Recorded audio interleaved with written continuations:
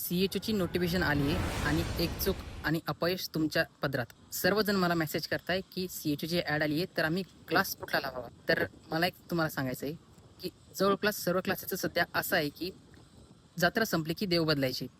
Explain करतो. जवळपास सर्व क्लासेस असं करताय, की जी एक्झाम समोर आली त्याचे आपले कोर्सेस काढायचे आणि आपले कोर्सेस सेल करायचे. तर मला एक सांगा, जेव्हा नॉर्थ सेटची एक्झाम येते तेव्हा क्लासेस नॉर्थ सेटचे कोर्सेस काढतात. मागे चाललं होतं की DMARची ॲड येणार आहे, तर DMARचे सर्वांनी कोर्सेस काढले. तर आता CHOची नोटिफिकेशन आली आहे आणि सर्वांचे CHOचे कोर्सेस निघतील. तर तुम्ही तो कोर्स बाय करायला पाहिजे का? तर त्याचं उत्तर आहे नाही.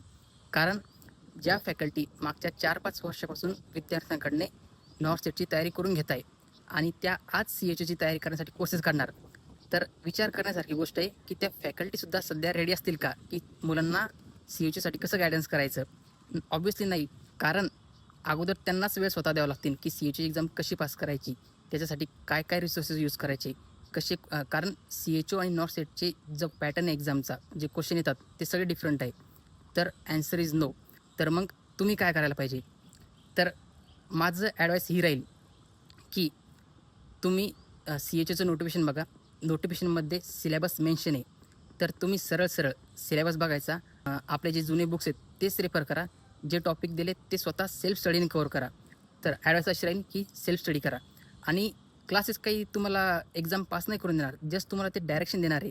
At the end self study तुम्हाला करावीच लागणार आहे. ते फक्त रस्ता दाखवतील. त्या रस्त्यावर तुम्हाला स्वतःला चालायचं आहे. आणि जर शेवटी तुम्हाला क्लास लावायचाच आहे, तर कोणता क्लास लावा ते पण सांगतो.